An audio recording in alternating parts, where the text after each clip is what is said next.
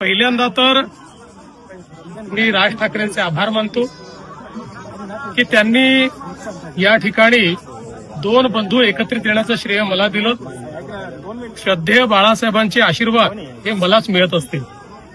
पण मला असं सांगण्यात आलं होतं की विजय मेळावा होणार आहे, पण त्या ठिकाणी रुदालीचं भाषण देखील झालं आणि मराठीबद्दल एक शब्द न बोलता आमचं सरकार गेलं, आमचं सरकार पडलं, आम्हाला सरकारमध्ये द्या, आम्हालाच निवडून द्या.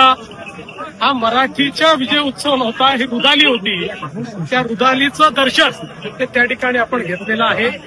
मुळात त्यांना असूया आहे की 25 वर्ष महानगरपालिका त्यांच्याकडे असताना दाखवण्यालायक ते काहीच काम करू शकले नाहीत. पण मोदीजींच्या नेतृत्वात आम्ही ज्या प्रकारे मुंबईचा चेहरा बदलवला, त्यांच्या काळामध्ये मराठी माणूस मुंबईतनं हद्दपार झाला.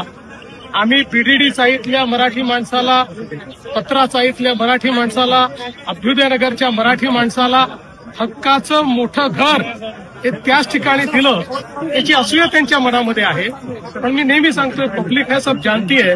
त्यामुळे मुंबईतला मराठी असो की अमराठी सगळेच आमच्या सोबत आहे.